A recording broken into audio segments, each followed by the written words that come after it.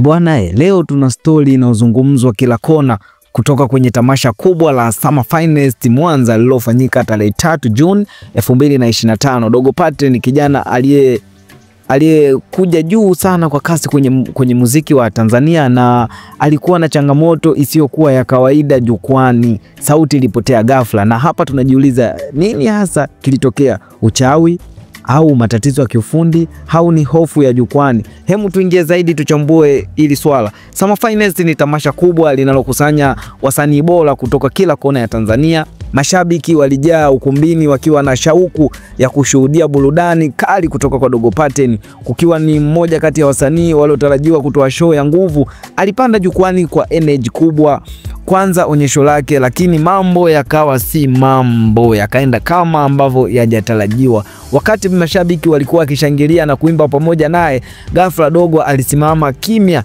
Alijaribu kuendelea, lakini sauti yake ilikuwa kama imefungwa. Kwa taarifa zinazozungumzwa kuwa huenda yalikuwa matatizo ya sauti au hofu ya jukwani, kitu ambacho kinaweza kumtokea kila msanii yoyote anayepanda jukwani, lakini wengine wanasema huenda kuna uchawi ulihusika, madai ambayo hayakuthibitishwa. Taarifa hizi ziligawa mashabiki, wengine wakionekana kuunga mkono na wengine wakisema haya ni maneno ya kuongeza chumvi tu kwenye tukio. Na mmoja kati ya komenti za mashabiki ambazo wamekomenti kwenye ukurasa wa Instagram wa Dogo Paten, mmoja kati ya shabiki alisema hii ni changamoto ya kawaida kwa msanii mchanga, tumpe nafasi. Lakini mwingine alisema jukwaa kubwa linakuwa na pressure na kubwa sio rahisi kwa kila mtu. Lakini kwa msanii wengine